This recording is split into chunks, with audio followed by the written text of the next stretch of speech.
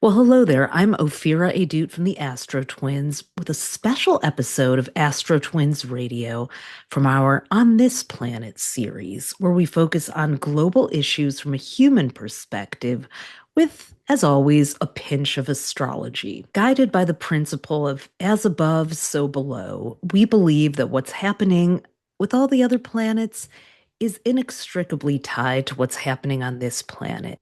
And with so much going on in the world right now, we also believe in the power of human stories to heal us, unite us, and shift our perspective on things that we might be seeing on the news, on our social media feeds that are causing us to feel hopeless, helpless, and disempowered.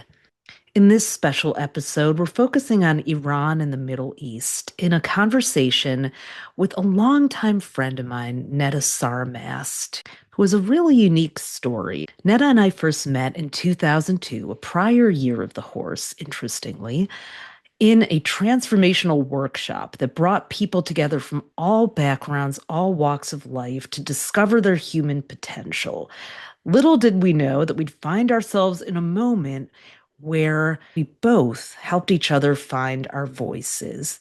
NEDA, who was born in Iran and went back and forth between Iran and the United States, has a fascinating career in the music industry. She worked in music management with bands like Bon Jovi, Motley Crue, The Cure, David Bowie, and went on to make a fascinating documentary film about the youth of Iran in 2005 called Nobody's Enemy. In the early 2000s, she also was part of a documentary of a group of people who had been impacted by 9/11, Muslim, Jewish, American, Middle Eastern, traveling across the Sahara Desert together for 2 months. Now, NEDA and I have had a long-time friendship, and we've always loved the fact that our backgrounds were so different, that we were from cultures that weren't supposed to get along, and yet we did. We found that we had so much more in common than the news told us we were supposed to, or even allowed to. We talk about her story, her journey between Iran and America, what she learned by traveling to Iran to make this documentary. It's also a story of friendship, but friendship that's real, not the kind of friendship that requires people to avoid hard conversations, but rather to come together to find new, empowering ways to have them. If you're watching the podcast, you're going to get to see excerpts from Nobody's Enemy, from the trailer, and from her trip across the Sahara. If you're listening, I'm going to play little bits of it and translate them, but I really invite you to use all of your senses and experience NEDA's work to go along with the story. We're here to give you hope, inspire you to take action. We want you to feel like you can make an impact even when the world feels like it's falling apart. Before we begin our conversation, here's a short excerpt from NEDA's 2005 documentary, Nobody's Enemy, The Youth Culture of Iran.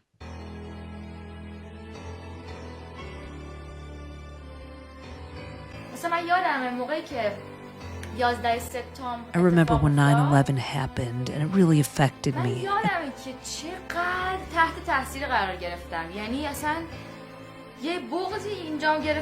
Felt sorrow in my chest, like I was suffocating.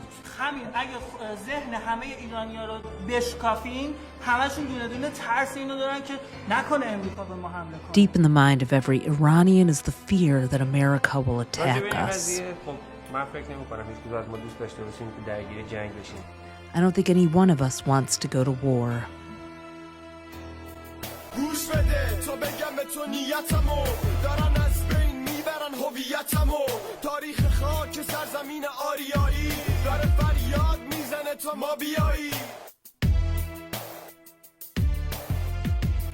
A lot of Americans ask me, why do Iranians hate us so much?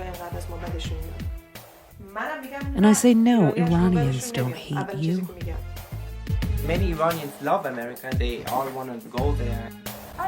We don't equate the American people with their government. This notion that the United States is getting ready to attack Iran is simply ridiculous.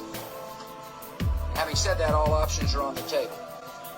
مثل تشنگی یک گندم به آب حس من نم بارون بوی خاک مثل تو مثل چشم پاک بوی خاک وطن عشق تو توی قلبمه خوندن از وطن حس منه عشق من خاک میهن ایران.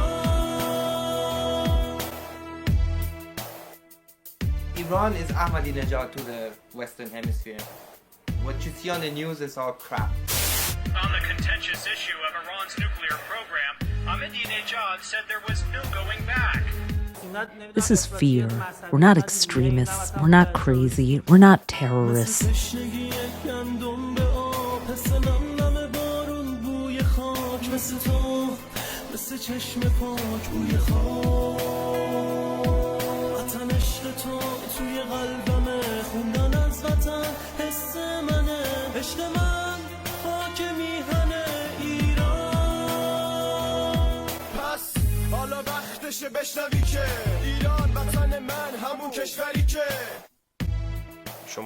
The people of Iran and America need to forge a relationship.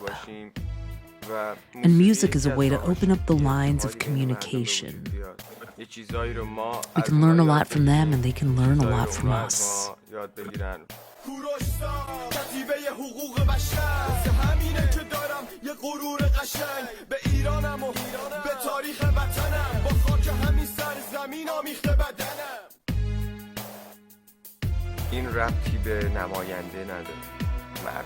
This isn't about government. People are people. We can bring our hearts together. This is America and this is Iran. We are one.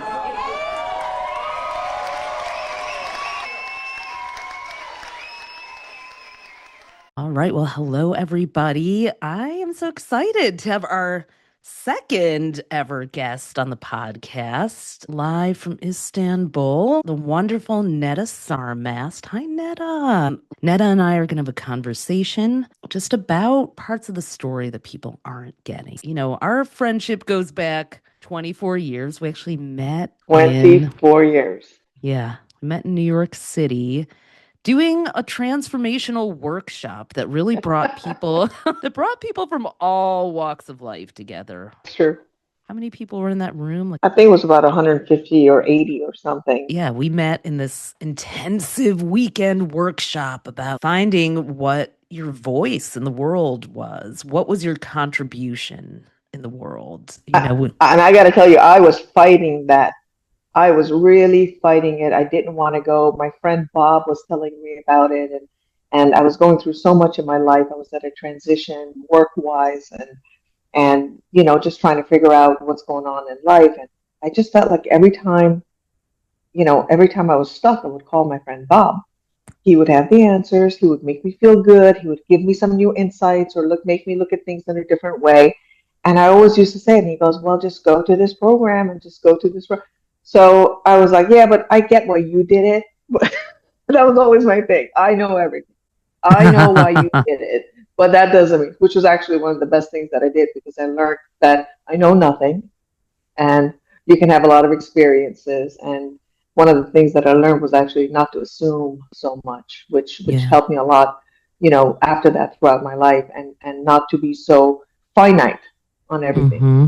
So I may have certain views on something today, and as a human being, we live, we experience, we grow, and maybe what I thought about something a few years ago, to the core, to the things that are important to me as a core, they're the same, because that's our character, that's the fabric of our personality. But when it comes to certain outlooks, you know, to understand and to realize that maybe as you learn new things and as you live life, you may want to change your opinion and shift your opinion. Maybe you learn something you didn't know before. And that's something that also I learned over there. Totally. And I remember in this particular class, it was like the second level of this program, everybody had to share.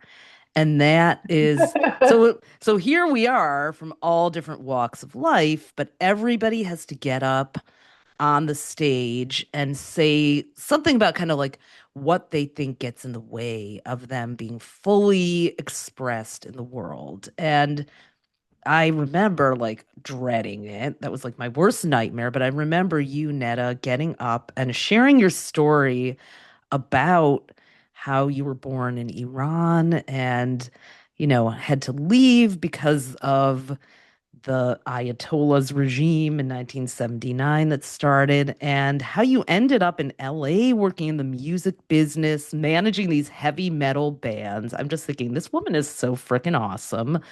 You spoke with this conviction. It was actually a couple of years. We had moved to US a couple of years before the revolution, 70, 76, 77, a couple of years before that, and we came to New York. And it was only supposed to be a temporary stay, um, for educational purposes, and at the same time to see if my English can get better, my brother's English can get better. I couldn't speak a word of English. All I Wow. knew was my dad left me at the elementary school, and he's like, "I'll come and get you later." And I was like, what am I supposed Wow. to do? My dad took me to elementary school, and he just said, "We're just going to go talk to them."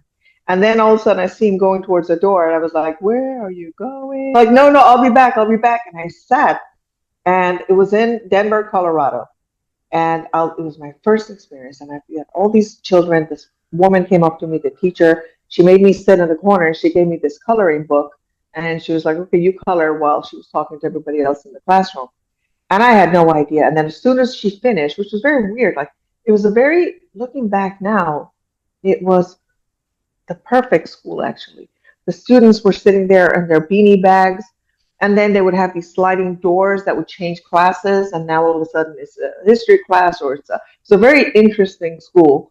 And all of a sudden these kids come up towards me, and they sit around me, and they start talking to me, and I have no idea what they're saying. And I was just like, turn my, was like, start painting. I didn't know what else to do. Wow. And this woman's talking to me, and I had no idea what she's saying. All I knew was yes, no, hello, goodbye, and thank you. And I used them in various, times. I had no idea which one was correct for what, but I just knew that those were the things that I knew in English. So somebody will say, "Who's your father?" And I say, "Thank you," just whatever those words that I knew. And they put me into this English tutoring department, I guess, with the school. And I put on these headsets, and they started teaching me Wow. English. And within 6 months, it was such an incredible system. And I always said one day I'm going to go back to that school. And actually, I remember the name, that it was Eastridge in Denver, Colorado. And I said, one day I'm going to go there. And I say, years later, I got paid to give lectures at universities on a commencement speech. So from that point, looking back to not having a word of English, and it was that school where it started it off. And I always wanted to go back and sit to them and just hug them and say, "Hey, this is where I started, and thank you. And look how Mhm. far life has, brought me from that girl who couldn't speak a word." And she kept telling me, "No, it's not shit, it's sheet, a sheet of paper." And I'm like, "Oh, I know how to do this. I can speak fast now, so I can say a shit of paper." She's like, sheet, You were these left at an weird. elementary school too. I didn't know that, but I was almost born in Israel, which makes also our friendship unique. My parents met there. My dad was a refugee from Bulgaria. They sent me to an Orthodox Jewish yeshiva for kindergarten and part of first grade, and decided I wasn't getting a good enough education. And my mom pulled me on a sled in Michigan in the snow one February day to this elementary school and dropped me in there. So I didn't know we had that in It was the common same thing. too. We had Yeah, that in common. it's an adorable story because I can see little Netta there, but also I really do think that this is what has shaped you. And, I didn't have to speak a new language, but I went from an all Jewish, hyper religious school, and we weren't really that religious at home. We were not Orthodox, to a secular public school where there were no other Jewish classmates, maybe a couple, but um, it was mostly black, white. And then because of the Iran Iraq war, we had a huge wave of Chaldeans, which were Christian Arabs from Baghdad, come over to Detroit. We soon had the largest Arab population outside of the Middle East. So I became a Jewish Middle Easterner in the Midwest in a black, white, and Arab predominant school. That sounds like a party. There were definitely moments where people were like, they did not know what box to put me in. And I'm sure that happened to you too until you got back to New York. We learned early how to navigate the nuances. This is why I wanted to have you on, not just because of the amazing work you've done that I've gotten to follow over the last 24 years and hear about, but also because these are the perspectives that I think are going to heal the world. When someone has actually experienced living between cultures and not just fitting in. Nobody ever cared. When I came here, that conversation was a non-conversation. I don't remember the last time when I first went in, no one cared where I was from, what country, what my faith was. Am I religious? Am I not religious? Can they relate to me? That conversation came years later. So when I first went in, it was just, do you get along with this person? And maybe everyone had like a social cultural relatedness that people had with each other. But back then, nobody actually cared. The first time anybody really asked me, where are you from? Because at that point, then I learned, after like 6 months or a year, I started to slowly learn English. You're young, you pick up this language much faster. And nobody ever came and asked me. The first time someone asked was actually right after the Iran-Iraq war started in 1979. So it was, maybe, a few years later, 3 years later, or whatever. Was it because their parents were talking about it at home, or? No, actually, it was in school. Oh, wow. In school, it came up because somebody would say, where are you from? And I'd say, I'm from Iran. I was born in Iran. And it's so funny. A lot of people had no idea where Iran was. They didn't even know that it was part of the Middle East. They just never heard it. In fact, I will never forget one girl who said to me, where are you from? And I said, Iran. And she's like, oh my God, I've never been to Australia. I want to go there too one day. And I was just like, like those German Shepherd years. I was like, I was like, yeah, me too. I'd like to go to Australia one day.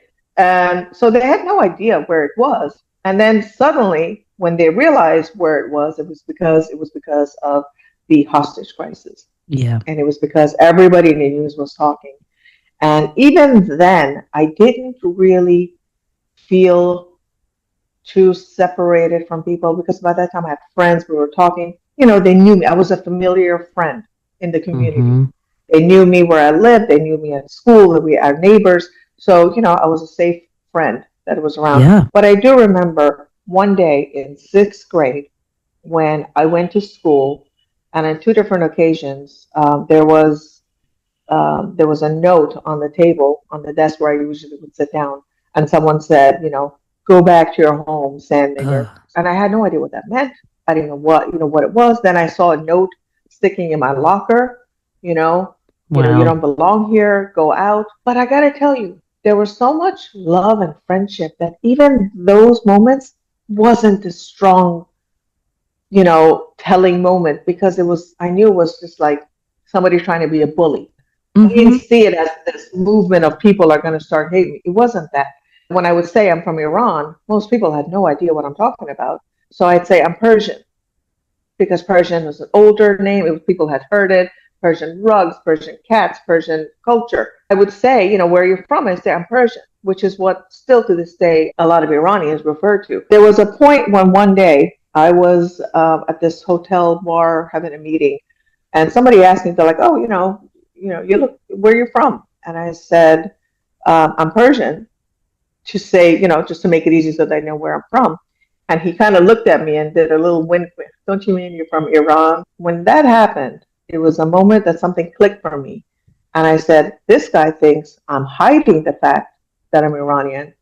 And that moment, I made a promise to myself that I would always say I'm Iranian, and then I would say I'm Iranian, I'm Persian. And I met people who, during the crisis, during the hostage crisis, during the war in Iran, I literally met men and women who introduced themselves to me as American or European or Italian or something, or Greek. And I said, you're Iranian, aren't you? Yeah. And I said, why are you hiding the fact that and I get it. There was a fear I get that, but at the same time, I was like, you're such a good human being. You're such a good person. You're smart. You're educated. In fact, you should say that you're Iranian. You Yeah. should let people know so that there is no fears, because then you're representing something that maybe they're fearful of, or maybe they hate you without knowing you. But let people know who you are, which is another reason why when someone said, oh, you work with rock and roll and you're cool, you're hip, you're doing this. And I said, yeah, I'm also Iranian, I'm American, I'm the best of the both worlds. And because I want people to say that, don't let just propaganda and news and people with an agenda identify you and speak for you when you can do that for yourself. One of my favorite Martin Luther King Jr. quotes is that love is the only force capable of turning an enemy into a friend. And you're speaking to that familiarity. I could relate to that in my own way so much because I have this weird name. I couldn't hide either because I would have had to change my name. That it starts with the name. What kind of name is that? Where's that from? So I was so used to that, having to explain my name and then being confused for my twin sister. So I'd have to explain her name. And interestingly, I'd often get people would ask me if I was Arab. Did not know what box to put me in between my name, my features. Didn't know what the hell to do with us. But because you're kids, you also vibe, like you're saying, on personality. And you and I are lucky. You're an Aquarius with a Sagittarius moon. I'm a Sagittarius with my sun in the 11th house, which is Aquarian. So Sagittarius and Aquarius are the global friendship signs, which is why we have so much fun together too. And we're also into marketing and PR. You do that professionally. I have to do that as I've built my brand. I've learned, like, if you liken something to something that people already know that and love and that's familiar, and then introduce something unfamiliar, you work in rock and roll. They love rock and roll. You're Iranian, Persian. That's unfamiliar, but it's now linked in this friendly person who works in something that they are really emotionally connected to and love. It's like a bridge gets built in that moment. Absolutely. I do believe in that. I do believe that there is kismet, as we say. Everything happens for a reason. There's no accident when people meet each other, especially when, friendship can go on for almost 3 decades, which has been at this point for us. So you had a chapter of your life in the music industry, and then after this class that we met in, where we found courage to really bring our voices into the world. Do you remember that story? Do you remember that story when I walked in? For your listeners, I'll tell you the story because we're at this class and it was very intense and everybody was sitting there and there was basically coming face to face with your own identity and who you are and what your stand is in the world and what your possibility is and how to walk into that possibility. So it was very confronting for some people. And anyway, I go to the restroom and then I come back and I see everybody, I'm seeing everybody, I'm from behind everyone who's seated. And then I just see you standing in front of a couple of hundred people in the middle of this room. And then on the stage, coach, the teacher / coach looks at you. And as soon as I walk in, they're like, stay right there. And I was like, okay. And I stood at the door, which was far away at the end of the class. And I don't know what you guys were talking about. And he goes, tell her what you just said to me, but make sure she hears it. And I was just like, all right, what is this one about? And he goes, come on, Roki, speak to NEDA. Let her hear it. And then you started to speak about who you are and your existence in the world and what your potential is and what your possibility is in life. And I had to hear it, and not only hear it, be convinced. When you said, this is who I am, and this is my potential, this is my possibility in life that I'm inventing for myself and my life, and you said it to me, and he's like, NEDA, did you hear that? And I was like, no, not really. They're like, speak it, believe it, speak louder. So your theme for the rest of the course was that by the end of it, like we had to go back and forth because you were so polite and you were so soft-spoken that he was trying to get that out of you. Yeah, he made me yell. Like, and he made you yell it. And then I said, okay, I heard it. And he goes, do you believe it? I'm like, and he goes, you got to say it again until I believe it. And then you just looked into my eyes. We locked eyes and you said, my possibility in my life and in my world, this is my possibility. And I looked at you and I said, I get it. Oh my I see it. God. And then Oh I my think I God, I got goosebumps. cried. And Those. that was our friendship. Yeah. And from then on, every time, and it's the funniest thing That's because right. I've known you all these years, you know, you and Tali and your sister Leora. And so, you know, you're all taking this course, and I saw the difference Yeah. between who you were on that day and who you became. And then I still, 24 years later, I look at you sometimes talking to celebrities. You're over there talking on television. You got your own program. You're a successful astrologer. You're on Vogue magazine. You're doing this. You're speaking. And I just laugh and I'm like, that was that little pipsqueak mouse that couldn't speak. Look at her now. And that's who we've got to be for each other. Like, this really goes back to our elementary school experiences because what happened over the years is I started to shrink and hide. I did not want to have to explain myself. So I started to mumble. I started to speak softly. I started to just don't bother me and ask me where my name is from. And then if I tell you, like I got called, so many names. Oh, and it just didn't make sense to me. It's so much more in common with our Middle Eastern neighbors. And there was division there. I didn't know where I fit in. So that literally was maybe and is one of the most important moments in my life when that coach, I remember he was like making me yell, say it so she can hear it. You have to say, hi, Netta, too. Like he made me say your name. And everybody, like the 100 people sitting there, had to like go louder, louder until I said it. And it was like, oh, but from that moment on, I You, had my voice. you switched. And then we Something, went and there's did a switch inside of you. karaoke as because I was so embarrassed. I was like working in music business going at that time. It was like, so I'm like, you oh guys my want to go? You loved God. it. You were We all went about the karaoke. And I'm like, uh I'm coming, but I am not singing. I I don't did. I remember. sang Donna I don't Summers on the remember. radio, and you went on to do your documentary out of that, Conviction and Courage. But I love your music industry stories. So let's talk about how you ended up there, because I feel like that is such a bridge to Nobody's Enemy and how you ended up where you are now, too. Going into music, I went back to Iran for a couple of months stay to be with my dad at the beginning of the war, the Iran-Iraq war. And what I thought was going to be like a summer holiday stay turned into almost like, you know, a year and a half. At that time, I think I was about 12 or 13. Believe it or not, I still kind of mix up some of the years. I changed like 12, 13 schools in my life. But yeah, I went to Iran for a short stay and I wound up staying longer. And it was the Iran-Iraq war. And there was a time when, you're in the middle of a war and all of a sudden people at nighttime, they had to have curtains or coverings on their windows because the Iraqi airplanes or the missiles would go over your head. So they didn't want, I don't know. I mean, as I'm saying it, I'm like, well, didn't they have radars back then? But I don't know what the system was. But I know that we had to make sure that they didn't really shut down all the lights so that they didn't see what was down there and they didn't have any, aerial view of the cities. And we had to as soon as we heard these warning sirens, we would have to shut everything down at nighttime. So I had a best friend, my best friend Maheen, who was a neighbor, and she'd come up, and she was just me, and my dad was always there, but he was like, we became like sisters. And she loved music, and she loved to learn how to speak English. At this time, I speak English, so I'm trying to teach her these words. Now I'm becoming the teacher for English.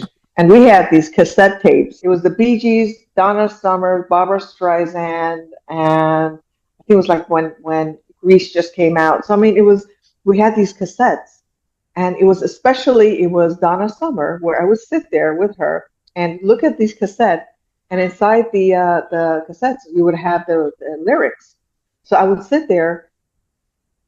Lights are out. We're sitting in the living room, just the two of us. And we're sitting with a candlelight, just a couple of candlelights, and I'm just sitting there reading the lyrics of Donna Summer's songs and then translating it to her. Or Barbara Streisand, which I love her. I love her voice. I love, her. So I was reading the music and the lyrics and explaining to her what it meant. She's like, oh, that's what they're saying. Oh, this is what the message is. Yeah. And then one day she looked at me and she said, you're going to work in music one day. Oh, wow. Because I would sing along. I would sing along to all the songs. I would sing it to her, and she's like, "Yeah." And in my mind, I heard like, "You're gonna be a musician," and I was like, it was never a thing for me, and I just laughed. But she would always say that. I came back to U.S. I'm now back in at that time Westchester, New York, and I'm reconnecting with my friends again. But at this time, I've witnessed war. I've witnessed living in another culture. The conversations were very different. My friends were all talking about lipstick and boyfriends, and I couldn't relate Oh, because it yeah. wasn't, it wasn't my conversation with them. And I was just like my very best friends. I was just sitting there and just kind of becoming an audience on the table, just listening to people talking and saying like missing my friend that I just left. And there wasn't social media back then. There was no telephones. I think once in a while in Vienna, we had to put a coin in, and the machine was like, everybody was doing this, that if you put the coin in halfway, or if you put the coin in for a minute or something, just by the time they pick up the phone, it's enough for you to say hello, but then you get disconnected. And I would Yeah. just call to my family and my grandmother, my friends, and I would just say, "Hi, it's me, bye." That was it. Oh, So that wow. was our connection before, what now Wow. is so easy, social media.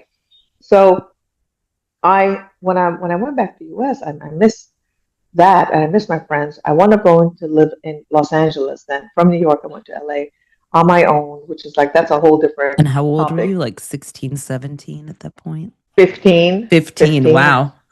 Yeah, yeah. And basically, my educational system and how many times I've changed schools and classes, and they wouldn't accept these records, and I had to go get new records, and then I Oh, had to, yeah. miss a school year. Then I skipped a school year. It was just, there was a lot that went on. I was writing letters to my best friend. And at that time, the one day I just started seeing that the letters aren't coming. The letters stopped coming. And one day I get a call finally from my dad, who was in Iran, because he went back to Tehran. And he said, he gave me the news that unfortunately there was a bombing. And apparently, because she was such a grade A student. And the whole idea was, I'm going there. You're going to take the test. You're going to become grade A student. Then you're going to be able to, come to America and go to college and go to university. We'll go together and we'll stay together, and the friendship will continue that way. So that was the whole plan, and the separation of the friendship. And my dad called and said that unfortunately Maheen apparently has died Oh, in wow. a bombing, but not through a bomb. From what I heard, the story that was given to me, which is now a bit conflicting because I've heard different versions of the story at this point. But the story that was told to me was that she actually died as a shock. Her heart stopped and she had a heart attack. She was 15 years old, and that Oh, was my best friend. So at this point, I'm it's in the U.S. terrible. But so that's the topic of music and my connection with her through music. So a couple of years later, I'm back in New York. I'm living in New York, and I start working at a restaurant, and I started becoming a hostess at different places. And I started working at a place called Metropolis, I think I Columbus. I remember think that Columbus. place.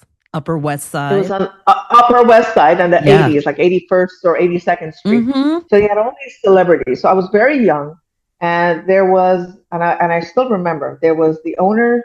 His name was Donald Zuckerman, and the manager slash partner, Mindy Birnbaum.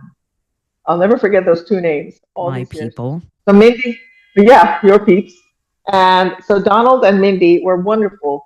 And I remember one day they came to me. They're like, "You're very young. We're going to turn you into assistant manager." It was a very big restaurant, very It well-known restaurant. was. It was a very trendy restaurant. It was huge. And I think it sat like, I don't know how many, few hundred people. And it was all the celebrities were there constantly. And they said, "We're going to turn you into an assistant manager, but don't tell anybody because you're too young and they're not going to respect you." And I said, "Okay, great," because I was such a workhorse. A lot of Iranians have like really strong business ethics, as far as like, you have to, when it comes to work and business, you don't sit back. You gotta show up, and you gotta, be responsible. And they saw that, and they said, "We're going to turn you to manager." And meanwhile, we had people like Billy Joel, Christy Brinkley that would come in there all the time, and we had all these celebrity singers. And one day, fast forward, they called me into the office and said, "We're going to Chapter 11. We're going to close down, and we just want to let you know if you have a place, we'll start looking. We know that you're so young and you're living by yourself, so just giving you a little heads up, but don't tell anybody just yet. And it happened so fast. It was like a matter of like a couple of days later or something. And I said, I don't know anybody. And I was just like looking. And then Mindy said, we really like you. And she was sitting with Donald. And she's like, we know a couple of people in the music business. Let me see what I can do. I'll make a couple of calls and see if we can find you a job or something temporarily to work in an office or something. And I was like, anything. I'm living on my own. I'm paying my own bills. I had no other income. And I said, whatever you can do, I would appreciate it. So they set me up for a conversation to go in, and I had no idea what that meant. Music business? What does that mean? How do you make money from music? Music is what people listen to every day. There's money in that? Like, I just, zero idea. And they set me up for a meeting. I go in and I meet with the office manager. Her name was Sheila Klein, another one of your peeps. Yeah. And she's there, and she's very nice, but she was busy. And it was a small boutique office. There's about 7 people that worked in the office. And they were looking for a receptionist. And so I sit there with Sheila, and she said, okay, well, that was nice. Okay, nice meeting you. We'll call you back. 2 weeks later, I haven't heard from her. I call, and she's like, okay, give me some time, another week. And finally, I just said, I'm so sorry, Sheila. Miss Sheila, I'm so sorry. I need a job. I need to make money. And I really, really need this job. If you're looking for someone still, give me, I need this opportunity. So another week or 2 went by, and then she calls me up. She goes, okay, come in. She goes, here's the deal. You're too young. You've never worked in the music business. You've never worked in an office. You don't know the system. You don't know how anything works. I heard that you're really good with talking, and I heard that you're good on the phone. We need a receptionist, but you don't know anything, and you're too young. And I said, I need to pay my bills, and I need this job. I said, give me a chance, and I won't let you down.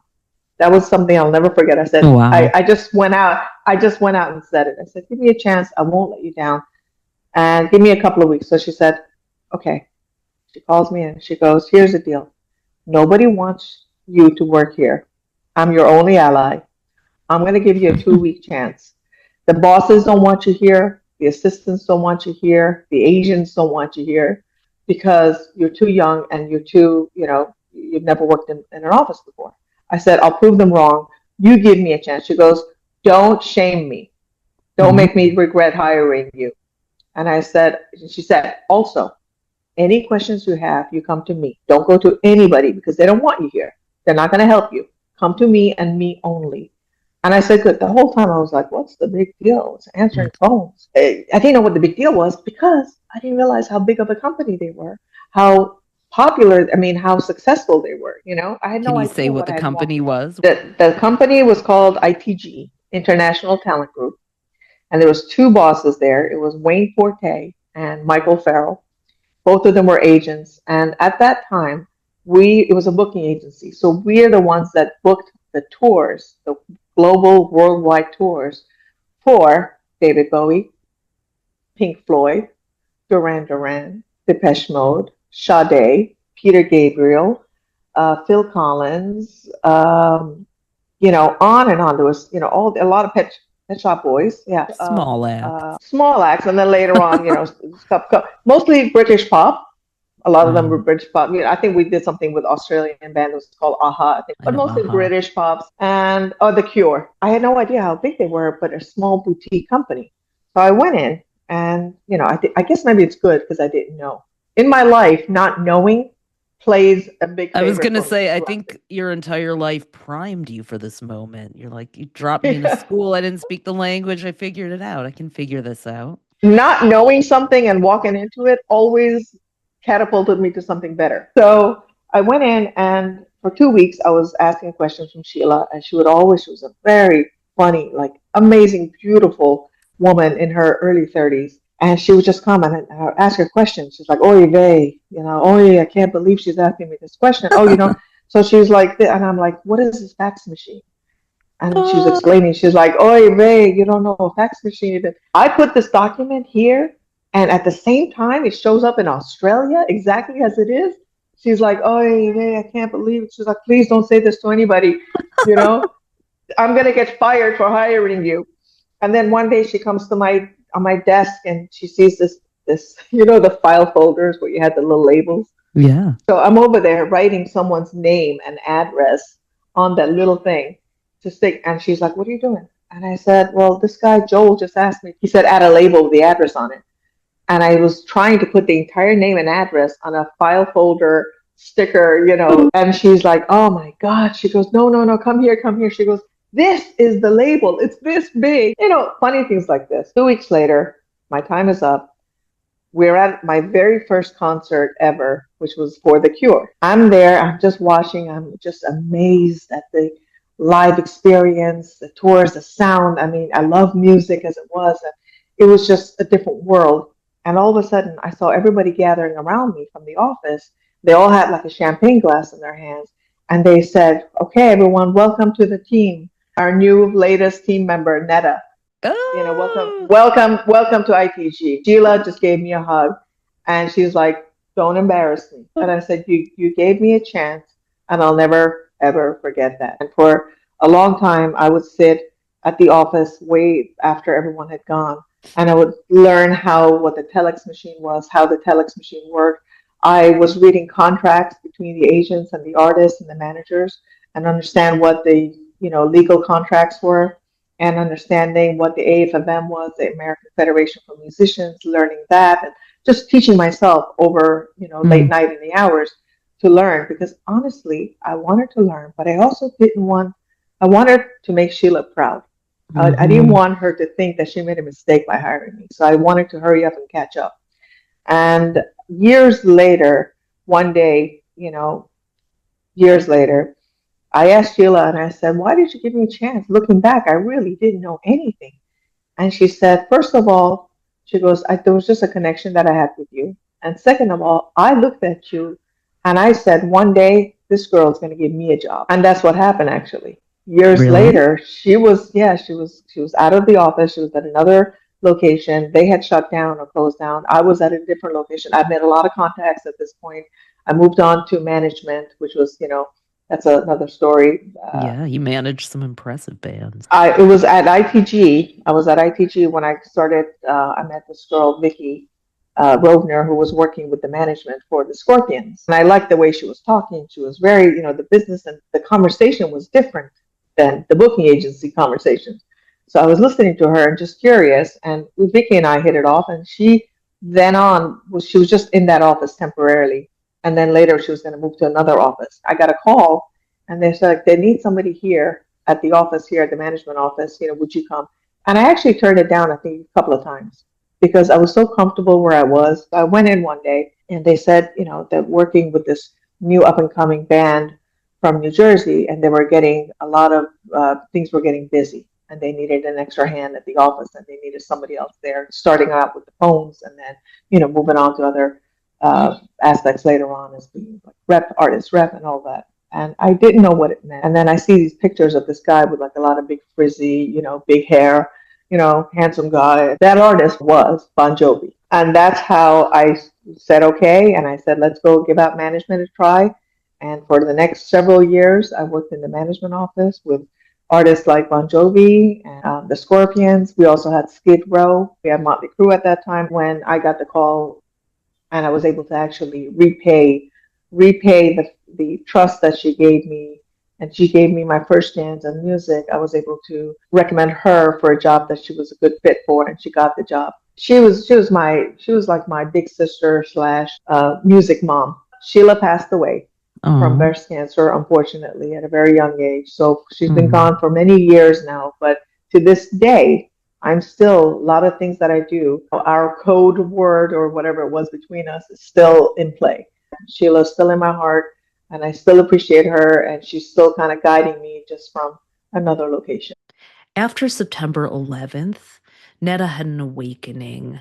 It brought her back to memories of war-torn Iran in the 1970s and 80s, and reignited her desire to be a change maker, to create new dialogue. She decided to lean into her entertainment background and go make a documentary called Nobody's Enemy about the youth culture of Iran. You're at this pivot point moment in this workshop, you've had your success in music through this fascinating way that you ended up there. You've learned how to navigate between Iran and the US, but maybe you're feeling more American at this point in terms of the culture where you've been.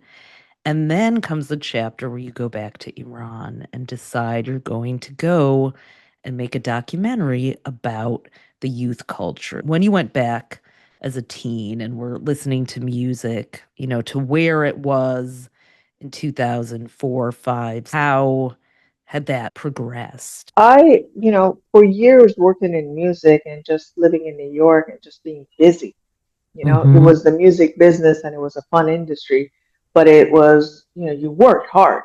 And I could say, as fun and as great as it was, our working hours and our commitment was probably more than anybody that worked regular 9 to 5. It was not unusual for me to go to the office at like 9 in the morning and sometimes stay there till 8 at night, 9 at night, sometimes till midnight, sometimes just crash on the couch because we're Mm-hmm. dealing with time zones in China and Japan. There was a shower, at the office there. As a result of working so much and being so busy, I didn't really get a chance to go out and connect with other people than work friends. Everybody Right. was work friends. I didn't know any Iranians. I never knew any Iranian community things. I didn't even speak any Farsi at that point. It's been years since I spoke Farsi at this point. All my friends were just, my friends from New York and the music business. So I didn't really have any kind of a connection that much to Iran, other than I could understand when someone spoke Farsi, um, as long as there was not big words. I could understand what they were saying, but I couldn't really come back with a good conversation. I sounded very elementary. My Farsi was very, very elementary in speaking, and it wasn't, a major focus for me. I was just like a young woman in New York working in the music business and traveling through states and countries and having a great time and working in business. That was my life. But I got tired of it after years because I started so young. Now I've been in it for years now, and I've been there, done that, heard it, and it wasn't exciting anymore. In fact, Mm-hmm. I remember what happened to me was I was on a private jet on our way to Cannes, and I think it was the Hilton sisters, and then we had Bobby Brown, the makeup artist, her manager, and the owners, and all these like celebrities on this private jet. And we're on our way to France for a big party. And I was working at that time with a friend of mine, Jill Siegel. She was doing PR for an artist. And so I said, okay. So I went to France with her as this artist was going to do a performance. And I'm sitting at on the airplane in a private jet with food, service, celebrities all around me, and I'm looking out the window, and I was just saying, I am so bored. Mm-hmm. The conversation was boring me. The topics were boring me. Like, I was just looking, and I just laughed, and I said, God, anybody else would love to be at my seat right now. So many other people belong here at the seat. And at that moment, something switched again, and I said, this chapter is over. I don't belong here. I don't want to be here anymore. I don't want to have these conversations. I want to do something different. And I didn't know what that was. That was the reason why I went to these courses that you and I Yeah. met at, And you kind because I was of trying. thought about this for a long time. I remember you were like, I don't know what I want to do next. But being the Aquarian, you couldn't stop thinking about it Oh my until you God. landed on it. I'm still the same way. If any major move takes a long time for me as an Aquarius. I overthink it and I think it and I come up with every single angle of what could go wrong. Didn't know what was next. As you remember, my Mm-hmm. identity was this business. For years Yeah. now, I've worked in not just the music business, but I've worked with the biggest names and the biggest artists around the world. Well, that must have been a lot to think about. The logical side of you is like, were you crazy? Why would you throw that away? You've achieved so much. How Yeah. can you turn that into the next thing? But as it turned out, that happened. There's probably somebody right now listening to this and they may be at a point in life where they don't know what's next. That time of not knowing, which is where I was at, it was difficult because, we really were the biggest badass music, management company in the world at that time.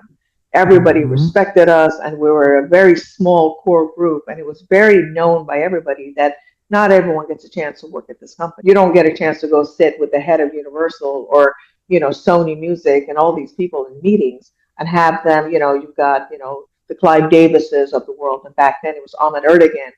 Funny because I'm in Yeah. Turkey now. Um, so it was very obvious that this is not a job that you leave. And if you do, if they turn their back on you, then who are you? What is my identity? If I'm not this company, if I don't have this big name, this big banner of company behind me that is backing me up, and doors would open for me. I was Miss New York. Every single club, bar, private lounge, every event, every concert, they knew me. That I'd walk in, I'd call anybody on all these exclusive places that nobody had even access to. I would call them in the last minute, get this person on that list, bring them here. I You remember going to know, the Plaza Hotel with you, like, oh, I'm sitting at the bar with Heather Locklear because you had managed yeah, I Motley forgot Crue that. with Richie Sambora. It was like Yeah, 2002 yeah, or yeah, three, and she's yeah. like, oh, hey. And then we went up to her room at the Plaza, and I was like, I just remembered wow. that. Yeah, I was like, I holy just crap, remembered this that. room is huge. If that's who you are, Yeah, how do and you if you leave know, that? and the office, they could see it because I didn't have that same feeling. I didn't have that same energy. I didn't have, they could see that I was just not happy. And it was just, it just came to a place where I needed to go figure out what's next for me because, I started at such a young age and I wanted to, and I didn't really have that much of a youth because I was just constantly working all the time. Where everybody else was out there having a good time, I was too, but it was for business, it was for work. And Yeah. because I was so always told that you're too young to do this or that you don't have the experience, I always felt, and because I live by myself, I always felt that I had to keep it together. I can't mess Hmm. this up. If I mess this up, then I'm really going to crash badly. I can't let this go wrong. I can't mess it up. Hmm. Also, I can't make my family, my dad, my mom worry about me. I want them to know that I'm okay so that they don't have to worry about me. So I was always something behind me, just making sure that I was doing the right thing and I was working, I was busy and being responsible. So, but Hmm. I wanted out and I didn't know what that meant. And I was scared of losing my connections. I was scared of Yeah. losing my friends. I was scared that, I would no longer be Netta who, because I was always Netta McGee, Netta this, Netta, all my Hmm. friends were music business people. And so it was kind of like you're part of this clique and a very high level group of, like A-type personalities Yeah. that you trusted each other and you knew each other. So who am I if Right. I'm not that? Who am I if I'm not the music person again? Or the music, who am I if I don't have these people to go to or to speak with and and that was a very tough time. And I couldn't Hmm. figure it out. And that's when my friend Bob told me about these classes and I went in to try to figure out what is my identity, what's next for me because I'm not happy, and what would that look like. At that same time, meeting you and trying to understand what my potential is, what my possibility in life is, what that would look Hmm. like, and talking to people and really feel that I've got this amazing group of people that'll remind me who I am, even at times when I forget it. And that's when you have strong, powerful friends that love you around you, you being one of them, Yeah. because we're going to have moments when you fall down. They're going to have moments when you doubt yourself. And my friends were this amazing, powerful group of friends who really cared for me. And we were there for each other just in case if I slid down, they wouldn't let me. They were like, you've forgotten who you are. We haven't. We're not going to let you forget. This circle of influence, you were there. You were 100% there for a big portion of that. So this circle of influence allowed me to feel comfortable to go and explore who I am and what's next. At the same time, we're in New York and it's 9/11 Yeah. and the buildings come down and of course life and the tragic and politics gets on the news again. And I was constantly watching the news. I was a huge news junkie back Hmm. then. I still am, but a lot more different. I go to a lot of alternative routes now to get the real news. But back then, I was just glued to the TV. It was CNN and BBC and just just see what's out there, listen to the news. 9/11 happens, politics comes up. All of a sudden, people are again, just like back when I first came to Yeah. America, I started conversations came up. Are you a Muslim? Those Right. conversations came up again. And I started to now, as a different person, a few years older now, started to remember those days. And I started to see the shift in people that trust if someone's from the Middle East, are you Muslim? Are you Jewish? Are you Christian? What level Muslim are you? What level of Christian are you? What kind of Jewish are you? Are you a Zionist? Are you Jewish? Are you a real Jew? Are you a fake Jew? Are you this? All these topics would come up. All these things that would, like, I hadn't heard any of this stuff for years. Yeah. And I remember watching CNN, Christiana Manpour, actually, who's also British Iranian. Yeah. Yeah. And so I really enjoyed her. I always thought that she was very professional. I loved listening to her with her smart British accent. But it was a program, it was like a 3-part series, basically doing a deep dive in the religions. One of them was like a 2-hour series about, Islam. The other one was Judaism. The other one was about Christianity. And I remember when I was watching the Islam portion, I was listening. There was a lot of truths, a lot of things that were not being said or not being shown or highlighted. And I kept thinking, well, how come they're not saying this? Or, I felt like there was some fear mongering going on. I felt like there were some omitment of some characters and personality. And it was, it was trying to become more sensationalism. And as I was watching it, I kind of turned around. At the very end, I heard all this. At the very end of the program, and I don't know to this day if it was her control, complete control, or just editing or whatever it was. But the story had its look and feel to it. And at the very end of the story, it's like, well, it is important to say that not all, Muslims and not all, Islam does not represent this, and there's a lot of peace-loving people and blah, blah, blah. So, so that was included in there. But it was a very short couple of minutes at the end of a long segment. And I remember sitting there and I'm like, God, I've been talking and I see what's happening in Iran and all these young people there. And again, something clicked inside of me and I said, well, I work in entertainment. I understand the power of entertainment. What better way to talk to people and to let them know, because, things were getting serious again. And then now we have, we're about to go to war with Iraq. And now Iraq and Middle East and Islam, this and that, all these topics came up again. And I said, well, I've worked in entertainment. I understand the power of entertainment. And I wonder what I can do right now with this. It just called me. Yeah. It just was a moment you were like, how can all of my backgrounds come together? So what did you see going on with the youth in Iran? You were in New York at this point, but obviously your family and friends, and you have a connection there. It was 2005 at this point. And in 2005, I make a production partners with Chat the Planet was the name of their company, this production company, and they partnered with me. And they were all about peace and dialogue with people, and they were working on this dialogue with the Iraqis and the youth people. And so they gave me 15 minutes. I said, listen, I'm not a filmmaker. My intention is not to become a filmmaker. I don't know anything about the world. I just want to tell a story that a lot of people aren't hearing right now. So I'm thinking about making this documentary, and I need some help with you guys. And the 15-minute meeting turned into 3 hours. We became partners. I said, I'm going to go to Iran. I don't know what and how. I don't know what it is as far as technicals and cameras and this. But my intention was to show the youth culture of Iran, because I saw that they're young, they're vibrant, and they don't have any beef with anybody. Westerners, they don't care if somebody is Jewish or Christian or American or European. They have no beef with anybody, and they're not being heard. And the people were constantly showing the news. The talking heads were creating this fearmonger about Iran and the Middle East and Iranians.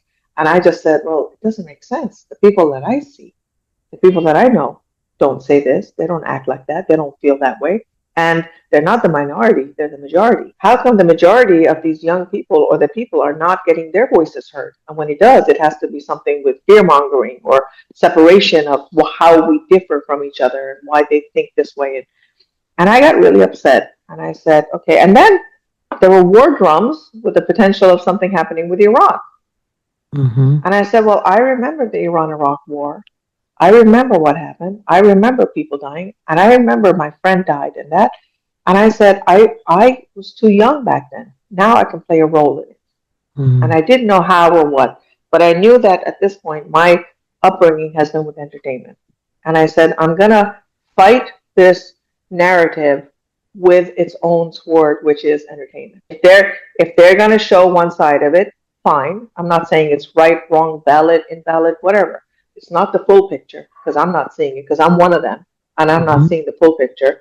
I have a chance now to go show the other side, which was the heart and soul of the people, the Iranian people, the young youth. And I went in, it was at the beginning of Ahmadinejad's elections, actually, which was, again, I didn't know anything. Not knowing helped me. Yeah. Later on, they're like, I should have been, this could have happened to you, that could have happened to you. You were, if they arrested, and I did get stopped and pulled over a few times, and I'm like, oh, that's it. I was scared. I was really scared about, but I kept saying, my agenda, my intention is to show the youth culture of Iran, to show how kind they are, how smart they are, how they're not your enemy, they're your friends. And so when I said the Iranian people, these young people, they're nobody's enemy. And so that became the name of the documentary, called Nobody's Enemy, the Youth Culture of Iran. And I went in and I went back and forth about like 2-3 times. You went with how many people? My friend Sarah, who went there, she was an artist. She's a very successful artist, Sarah Rapper.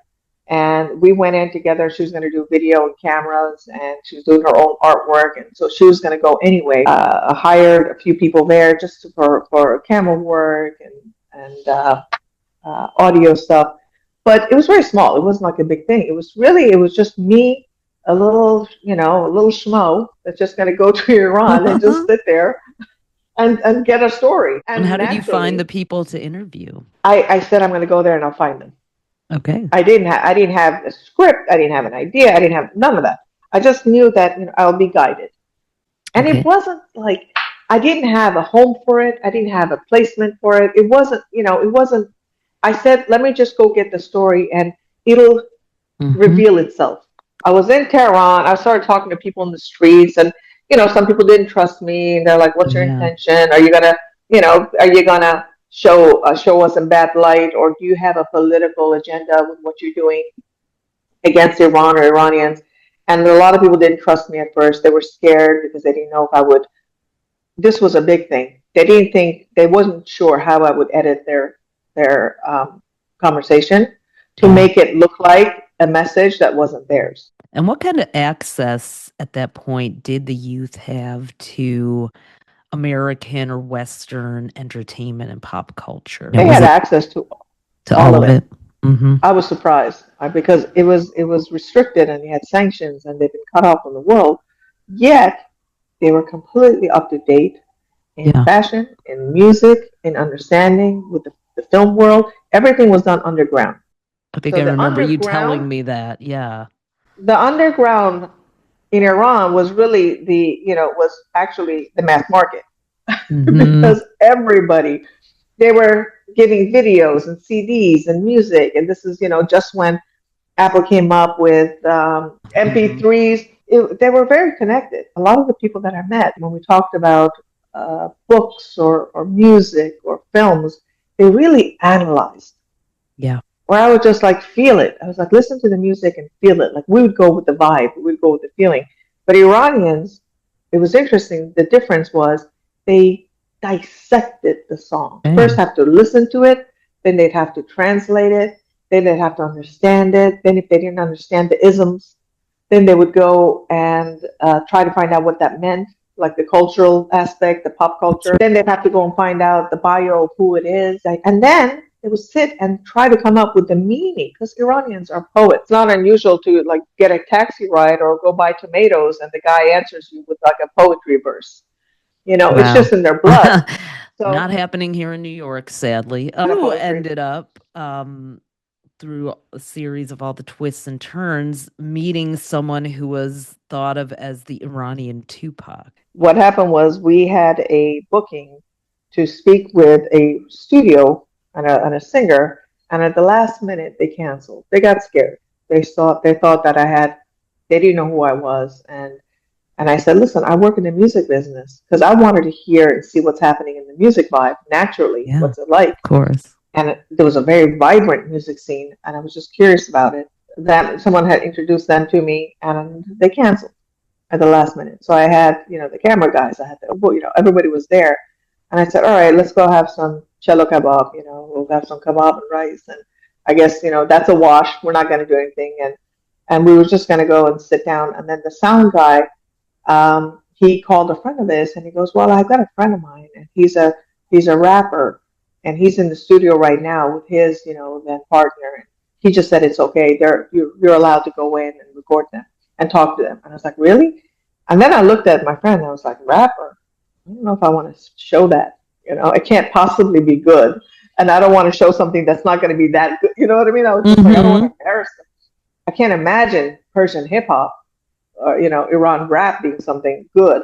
But we had everybody, and everybody was already working. So we went into the studio and he opened the door, and there was this young guy with his partner, Mita, was in the studio, and they were working on a song called BAM, which was about the earthquake in Iran that had killed almost 50,000 people.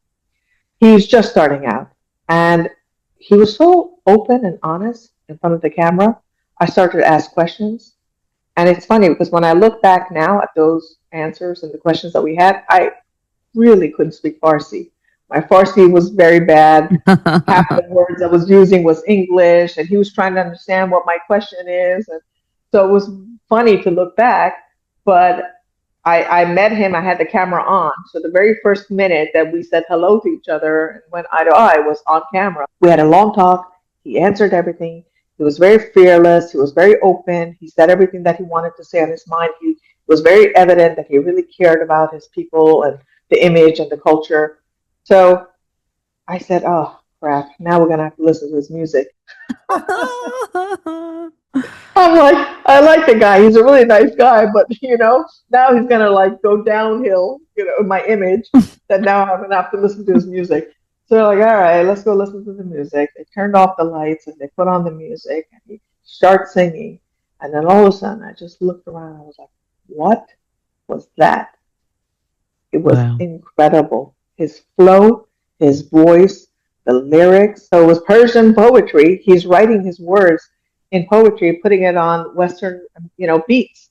Mm-hmm. And it just flowed. The flow was incredible. And I looked at my friend, and I looked at the camera guy, and everybody, I was like, he was wiping tears off his eyes. And I'm like, well, they're Iranian. They grew up together. If he's moved as much as I'm moved, then this guy's something. So I became friends with him, and I said, look, I don't know anything about Iranian music.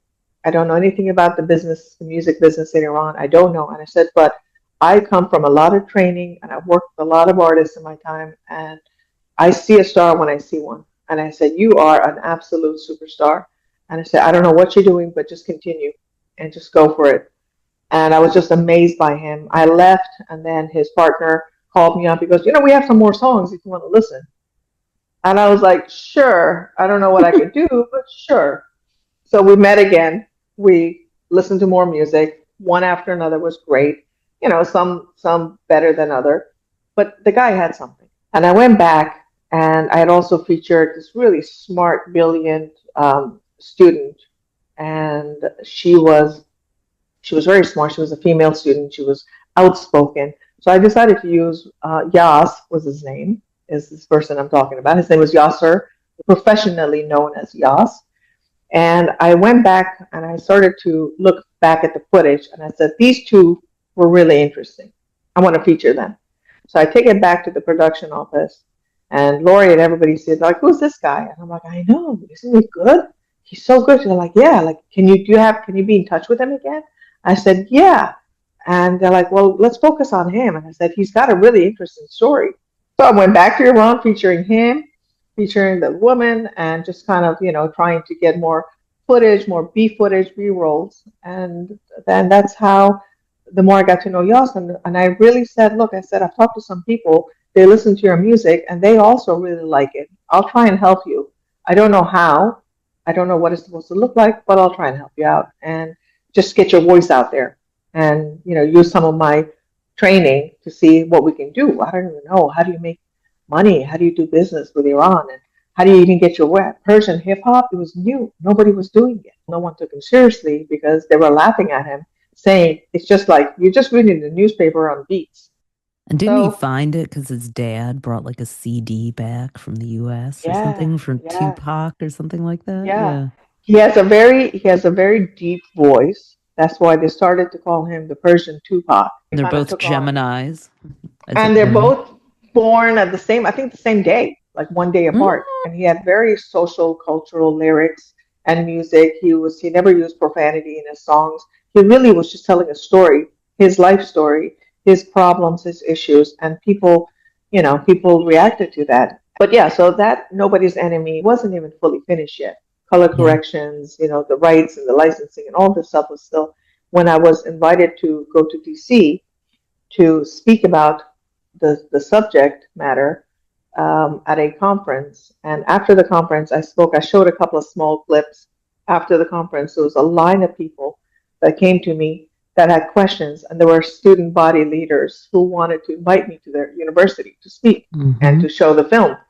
I said, well, the film is not finished yet. They're like, it doesn't matter, just come and it's fine as it is. And I said, well, I'm not here trying to be a filmmaker. I'm not trying to get an award on this. If this is the opportunity to get the message out, let me do it. And that's how I got into the world. And lecture agent found me, and he started to talk to me and rep me, and he started booking me at these universities and conferences, and to show the film, to talk about basically how entertainment can play an important role towards cultural diplomacy and Yeah. how we can connect people. And I started to realize that through these dialogues with people, there's a lot of fear. A lot of people had anger or fear towards Iran and Middle East, and that broke down. And they started to say, "Oh, they look like me. They talk like me, or they're doing music just like my music." You're being really modest, but Yas has millions of fans, and you and Yas created basically the genre of Persian hip hop.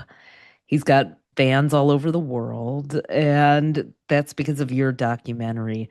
Because you said there was a vibrant music scene, but it was really underground. It wasn't like publicly out in clubs and performance spaces, right? No, Everybody it had to was all like underground. secretly gather to consume the culture. I went with you to London 20 years ago this May because you were on a panel and you were screening it. I remember being really moved by seeing the screening of it. All we ever see about so many cultures is the terrible news about the government, never about the people. So fast forwarding over the 20 years, like how has the youth culture, to your knowledge, in the arts and entertainment been changed by this or developed that you've seen? I mean, it's led by the youth, right? It's always the Mm-hmm. youth that they're fearless, they're courageous, they have energy, they're believers, they have hope about the future. So all movements really start with the youth. I realize that this is where,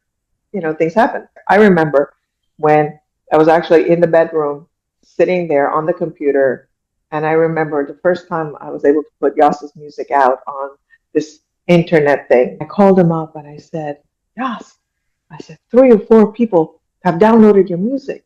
Strangers that don't know me or you. They're just random people. And then, Yas, 15 people just downloaded. Oh my God, it's up to 300 people. Iran is fantastic. They are a dream for marketing and promotions, in the American system.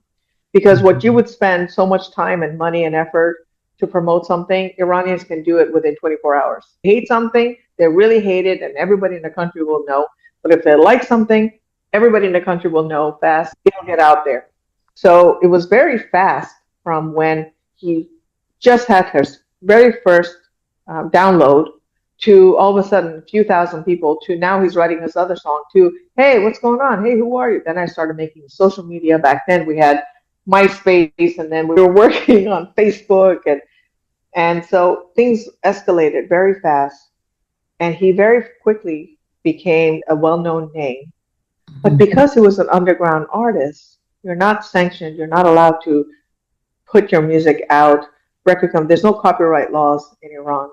So anybody can come and just take your music, play it, put it somewhere else. And your work, your intellectual property is not really protected.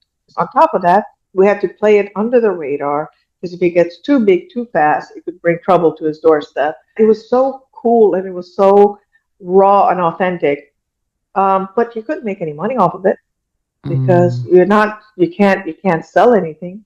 You can't go on a concert. You can't monetize off of it. Back then, there was no monetization off of, YouTube or all these other places. It's still nothing. Even the monetizations now for these artists in Iran right now, they're not really making anything because their IP addresses is involved in Iran, which is a country that's under sanctions. They can't make money. They can't have banking systems. You don't have credit cards to buy their music to support them. This has been a huge focus and upset for me for many years. I've worked with the biggest names in the music business, and here I am now managing one of the biggest names in the, music business in Iran, and yet he should have had, or he could have had, a lifestyle comparable to anybody else, any other celebrity around the world. It was very bittersweet, and when we were offered the ability to make some good money, we had to turn it down for safety. It was safety. People wanted to give us money with an agenda behind it. We said no. It was selling your soul. Either you sell your soul or you make a couple of bucks. So the music business was very different. The youth culture, really, even right now, they're completely in the know. They know every single thing. Of course, now with social media, you've got YouTube, you've got Spotify, and everybody's connected. It's just still, it operates like the regular business, like everything else, but they're just not rewarded, unfortunately, what they deserve. Right now, as we know, there's a lot of other bigger, more important problems that's on the platform and what's happening in the region with Iran. So now is not the time to think about that or focus on that, but one day, hopefully, we'll tackle that as well. In early 2006, NEDA was invited on yet another wild experience. This time, she was part of an entourage of 9 perfect strangers who would journey for 2 months across 6,000 kilometers of the Sahara Desert together. The only thing these people had in common was that they had all been impacted by 9/11 and the politics of the Middle East. They were from the USA, Israel, Palestine, Afghanistan, Iran, the Ukraine, and this social experiment, filmed for a documentary called Breaking the Ice, would reveal whether they would find peace by traveling through the desert together in tents and on trucks in a unique sort of reality show format. Next, NEDA shares how this experience changed her life forever. My German Shepherd had just passed. And I was just devastated. And I got a call from my friend, Bronwyn, and she said that there was an opportunity for an expedition across the Sahara Desert. And it was about bringing people from different backgrounds whose lives have changed due to conflict, due to the wars, and due to what had happened also back in 9/11. So being in New York during 9/11, I said, well, what do you have to do? And she's like, well, we can't give you any information about it. You just have to either agree. It's going to be an expedition across the Sahara Desert. Can't tell you where, can't tell you details. Everyone's working on it. No one can know, can't even tell you who's participating. Just, you'll be gone for a couple of months. And at that time, I was like, well, it's a good way to not be home and miss my dog. And of course, it was a peace mission, so something that was intriguing for me. Didn't know. And I said, well, any information? She's like, no, you just have to get your vaccines and get your, shots or whatever else you need for the travel to go into the desert for a couple of months. Didn't tell me anything other than that. This conversation with you is making me realize how many times in my life complete new directions started with, I don't know where I'm going and I don't know where it's going to lead. So she said, I think you'd be great for it. I think it's right up your alleys, the kind of things you're talking about. It's bringing people from different backgrounds. Well, who? I can't tell you. But where? Which country? I can't tell you. And just these are the dates that you're going to be gone. And I said, okay. And I signed the line and I signed the agreement. And I said, okay, not knowing maybe it's going to be an interesting adventure. Got out in Jordan. I realized that the trip took me to Jordan, and I met the people that were involved. There was a company from Germany, and then I just, just watching, observing, saying, what am I doing here? And first time in Jordan, and we were going to go to Petra, and there was going to be like a training on, are we going to be okay with, living in the desert and getting to know each other? And slowly I met about 9 or 10 other people. There was a Ukrainian soldier. And again, this is back in 2006 or something, 2006 or something. He was a Ukrainian soldier. It was an American colonel. There was the chief of the New York City Fire Department was there during 9/11. Obviously, we were there. And there were 2 Israelis whose lives were, one of them, her mom had passed away in one of the bombings in Israel. The other one was a prisoner of war who was also, a pilot. The other one was the body double for Saddam Hussein's son, which later on, of course, he wrote. The movie was made about him and his life, and there were a couple of books that came out about him. Then there was a Palestinian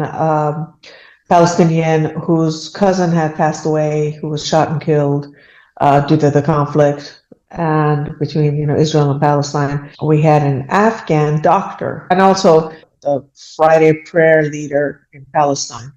Wow. And he was with us for a while, but then for the actual long expedition, he wasn't.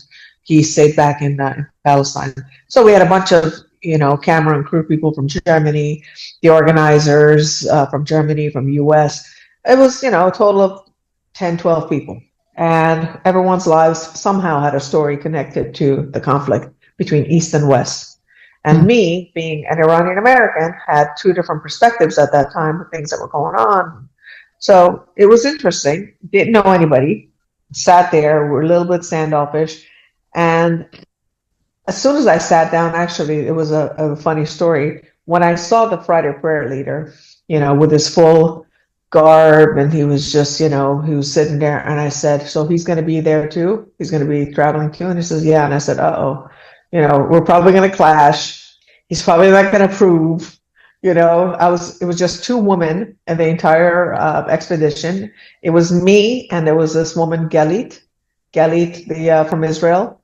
Didn't know her. So, she was the girl. She was like, we were the other 2 women together.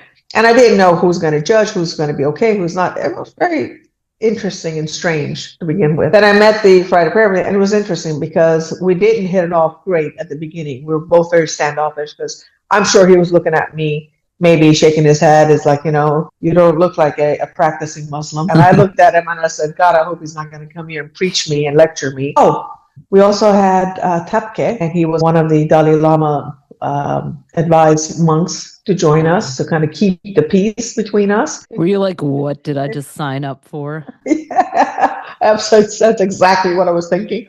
And I said, well, do they all speak English? Can we all relate with each other? Can we talk? And at the end of the trip, when I met the Friday prayer leader, and we would talk, we got to know each other because we would have long treks, on this German truck that we were in. And then they had this old fire engine truck that they used, and they had this other person. We were all crunched together. He wasn't at all what I expected because of what I witnessed during the beginning of the war in Iran. I had a preconceived idea about any, not just Muslim, but any religious person that's going to be an extremist view. As the trip continued, it would change.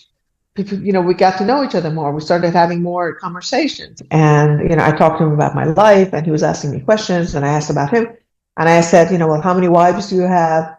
And he was just kind of looking at me. He goes, no, it's not everybody is like that. And because he had 10 children.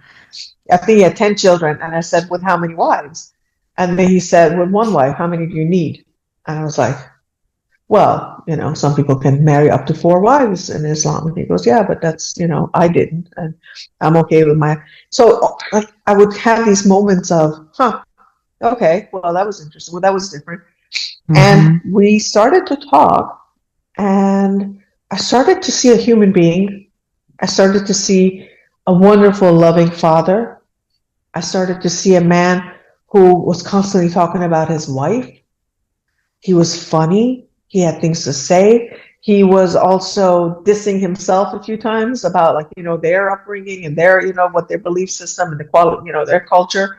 So I saw somebody that was just like us. Okay, like, even me, who should have known better, even me, I had my reservation. I'll say this really quick. At the end of that trip, when we separated ourselves, he looked at me and he said, when I first saw you, I thought maybe you're not a good Muslim because I didn't see you observing and I didn't see you really becoming religious. He goes, but now that I've gotten to know you after 2 weeks, he said, maybe you're one of the best Muslims I ever met. He said, the core principles of being a decent human being, I saw all of that in you. Wow. And I turned around and I looked at him and I said, I will never again prejudge somebody based on what I see and how I think, or I think that he's going to be an extremist view. Because after meeting you, I saw that, you're a good man, you're a family man. You were very open. You asked me questions. You understood, even though you didn't agree with some of the things I said, you understood it. And we created at that time, in that moment, we created an authentic friendship, an understanding. Could I go and live with him on his daily lifestyle and, really? Maybe not. We're different countries. Yeah. Listen, after 2 weeks of living in the desert, he had his t-shirt on and his sneakers and everything. I was looking at him. Everybody was dirty. And I looked at him. I'm like, you look like, I'm like, yeah, you look like you could like go on a stage right now and we'll give you a guitar and you'll fit right in. At the end of it, that's how we really all just started like connecting with each other as the person, the human being that we were. Those stories are the ones that get lost so easily in all the news. And this is why I wanted to have this conversation with you too.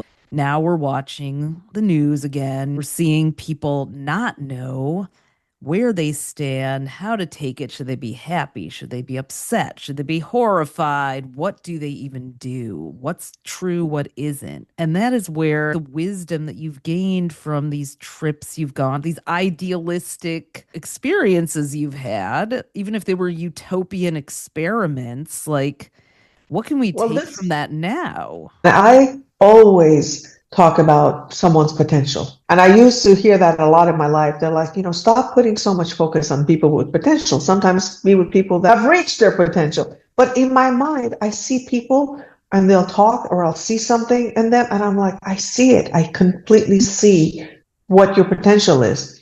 And because at the end of the day, I said, we're all equal. Did someone come up with a better upbringing? Did someone have a better chance? Was somebody more lucky than the other person? Could somebody raise their hand and give a hand the same way that Sheila did to me? You can get very emotional. You can be something that you stand up for. If it's something that's justice or something, you stand up, you talk about it. I get very excited about it. But really, deep down inside, I know I can't really change anyone. No. It doesn't work. But I didn't reach that solution or that conclusion until I was ready for it. My mom could have said something to me 100 times and I didn't hear it until I had to go through my lessons, through my life journey to finally understand it and hear it out. So many things happened in your life they should never have happened to a child or anyone, innocent civilian, and they did. And what you did with that is, find creativity. Well, like you just said, yeah. The only way to get a clearer picture is to get out of your monologue and get into dialogue. That's where the real story is. Otherwise, there's no movement, there's no river, there's no movement towards, let's see why they think the way they do. Where's that coming from? I'm an Aquarius, right? I sit back and you've always been so much this more is not positive. Justice. There's injustice going on here. I have to stand up and say something, even if I'm gonna get, whatever, hated at the end. And you have the Aquarius gift of like the pause. That's what I've always admired about you.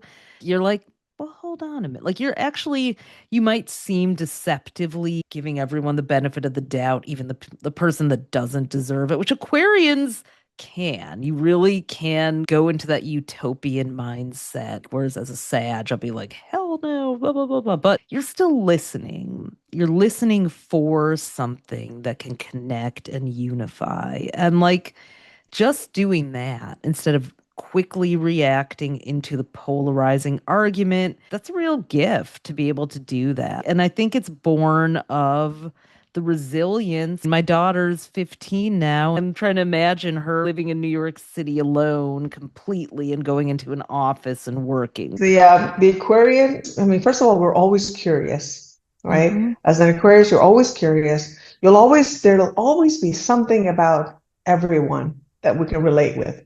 Yeah, That's why we have such a crazy, kooky circle of friends. I mean, you I don't know really if you remember do. my parties in New York. My parties were out of this They world. were some of the most eclectic people ever, and I loved that. Loved going to those parties And and of meeting course, I those people. love bringing them together, introducing them to each other. You know, I love networking. I love bringing people, but also it's that thing that you're saying is it feels like, it's always like we're a live wire inside of us. Mm-hmm. And we're trying to we activate that wire of electricity, trying to find something inside of you, that other wire to connect with, and it's like, oh, okay, we're connected. There's Yeah. something about her that I can connect with. There's something about this person. I don't agree with them, but there's got to be something there that And we that's got to get probably along what we with. had to do in our childhoods to survive. It was a survival skill. I have never been in a room full of people that were quote unquote all like me in terms of their background. There's always only at most half of me because my parents grew up in different countries and cultures. So the only room of people that I ever feel like everyone is just like me is like a bunch of people who don't fit in anyway, like a room The full of misfits. weirdos and misfits.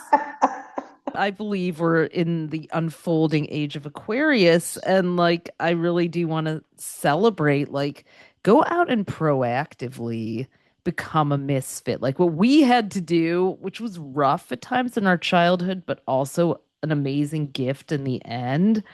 What we traded in a sense of belonging and ease, we made up for in like having to get scrappy and find ways to connect with the communities, peers, whoever we were around, like to fight to let What an Sheila give interesting you that point. job. I What need an this job. interesting point. I mean, what you just said really just struck with me because with us and our generation, and of course, growing up in our eclectic backgrounds and New York City, Hmm. um, yeah, we were being a misfit was celebrated.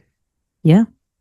The crazier, kookier circle of people that you were, it was celebrated. Somehow, it seems like society with social media, with business, it's creating this mentality of just everyone trying to look the same, to have the same, to want the same things. The end goal is to make a lot of money, buy a lot of expensive things, live in a great place, which is great. I'm not arguing. I'd like that too, for the record. I have I Yeah, have no. we spent a lot of time talking about our hair before we started recording this and complimenting each other's makeup. So, this is the realness of what Ain't friendship nothing is wrong with that, about. sister. But yeah, but it's interesting because we were misfit. I don't think misfits are celebrated now. Sometimes, maybe be rude or I don't know if I can say this. If you're an asshole, Go you're for it. cool to watch. If you're an asshole, you can be a cool to watch, or maybe you'll get more views, or maybe you'll get, I get the wow or the wow factor or the cure. I get that. But Yeah. they aren't, even those guys aren't really the misfits that they were. The ones that we grew up with, the ones that created the crazy music, the ones Yeah. that created the amazing movies in Hollywood, the ones that went out there and created this amazing fashion and The ones writing, that the were books. recording their Persian poetry on top of beats in Yes, an you had to underground be, room with no windows that I remember you meeting yes, him in the yeah, documentary. this Those little are hidden like, underground place. what I think happens is that there are the misfits and the creatives and the creators, and they are out there being themselves. And then what's happened is that a government that represents their nationality or culture goes and does something terrible. And then all of a sudden, it's all over the news, and we go into what's called the Cartman drama triangle, where you're either the hero, the victim, or the perpetrator, the villain. Hmm, And we're interesting. stuck in this giant triangle. We've got America, Iran, and Israel, where we have parts of our identities from between the two of us, switching those places. I know that Israel is complicated. I don't feel safe just advertising that that's where my dad grew up because it's so loaded and there is so much to be upset about. There's so much horrible stuff that the government is doing to the Palestinians and in Iran now. And it's just like, Hey, that's not listen, me. we're used to it. We're used to it. We've been used to people saying, "You from where? You Yeah, from well, what?" Welcome to the welcome conversation, to exactly. With all of this, Netta and I reflected on what hope could look like through dialogue. The new misfits in our time right now are the truth seekers. I love that. You know, we're the if you're a truth seeker and if you're not an automatic follower, you're a misfit.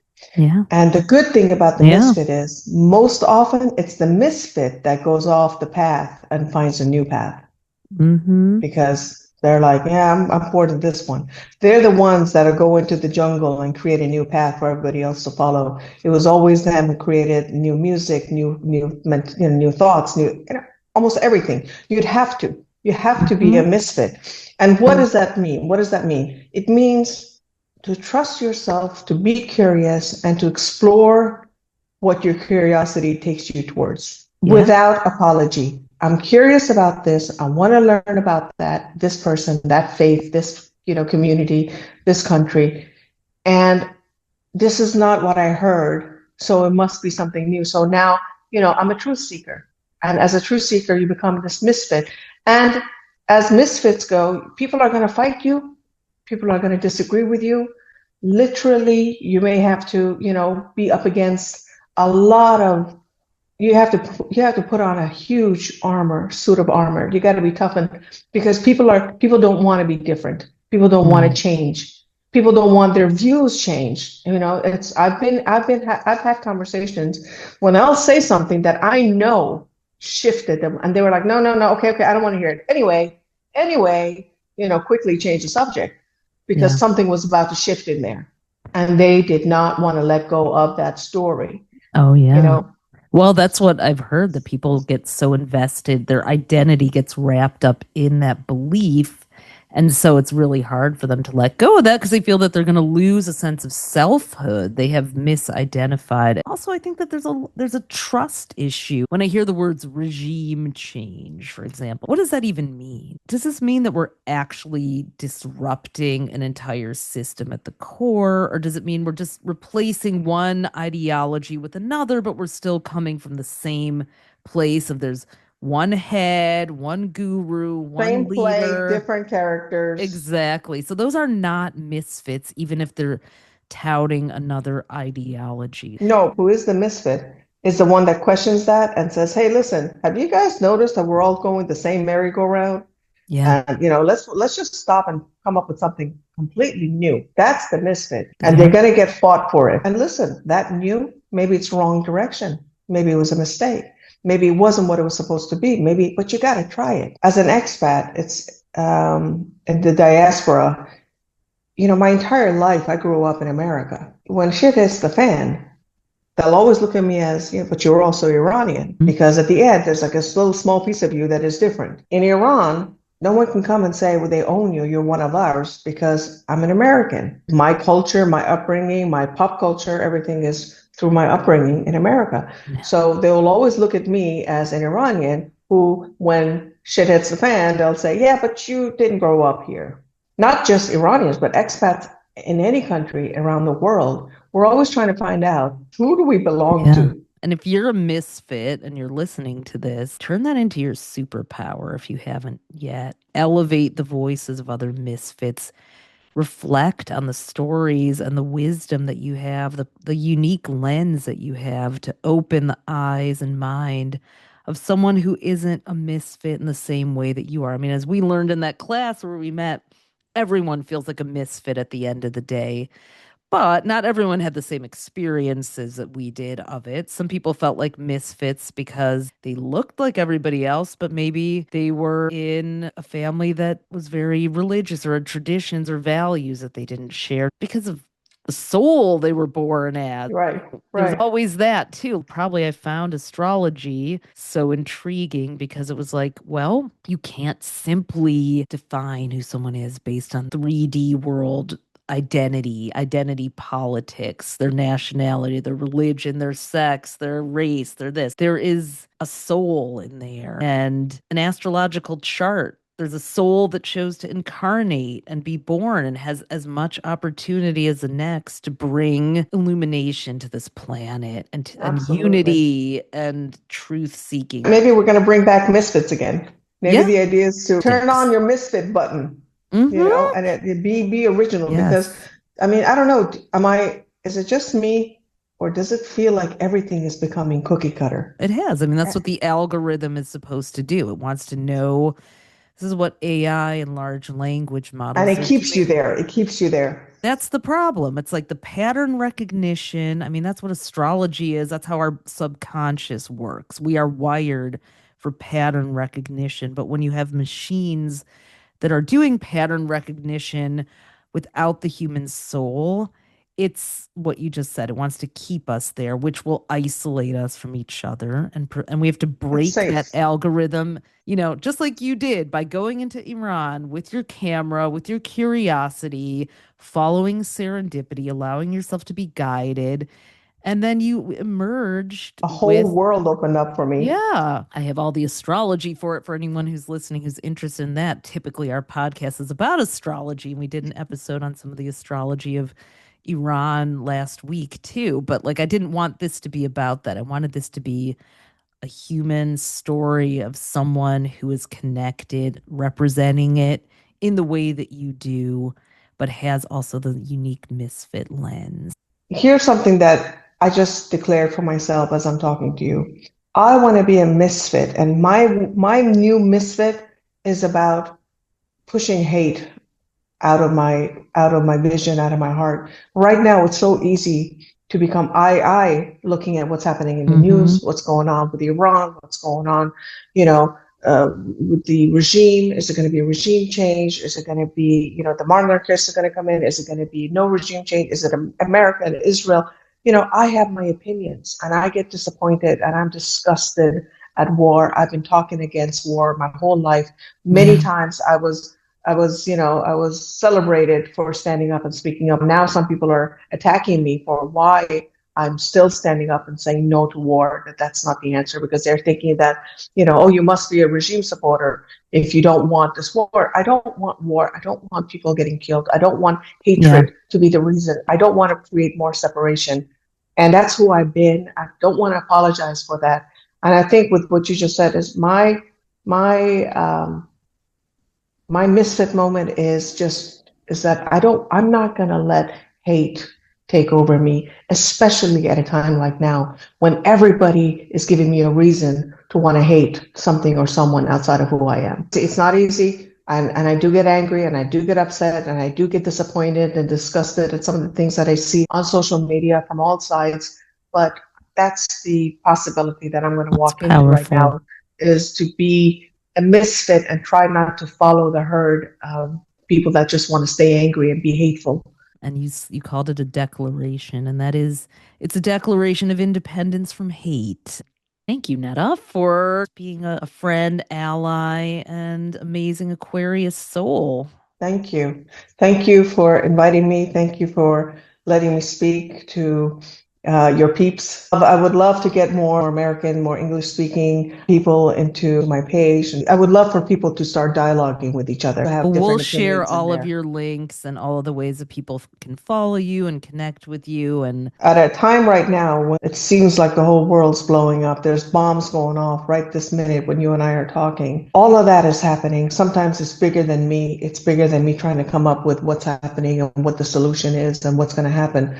But alongside that, at that same exact moment, there's an Iranian American who was born a Muslim, who's talking to, another American, Israeli, Jewish background. We may not be the right representative. So maybe as far that's as exactly why we are, because we're not nationalistic. We're not apologists for the government. We see responsibility. from one human to another, one Yeah. heart to another heart. Hopefully, that's what the world's going to be about. Get to know someone that you normally wouldn't, become friends with somebody that you normally would never, under normal circumstances, do. And then we can say that in the midst of so much anger and hate and war, we were able to be part of something nicer, kinder. Absolutely. Let's A build real something way. new. I love you, Ophi. Love you too. And But thank you yeah. so much for giving me a chance to share my story again and remember some good, fond memories. Love you. Take care. Bye. Thank you so much for doing something different with me and joining me for the special On This Planet episode of Astro Twins Radio. We've been talking about astrology this entire century and will continue to do so. But we really appreciate that you took the time to get to know me and NEDA from a different point of view, two people from two cultures that aren't quote unquote supposed to get along. Our 24-year friendship, starting in the 2002 year of the water horse, connecting here in 2026 in the year of the fire horse. Come and run with us. Let's be misfits together. You can check the show notes to watch the trailer for Nobody's Enemy. Follow NEDA on Instagram, YouTube, and on her website, and subscribe to her upcoming podcast.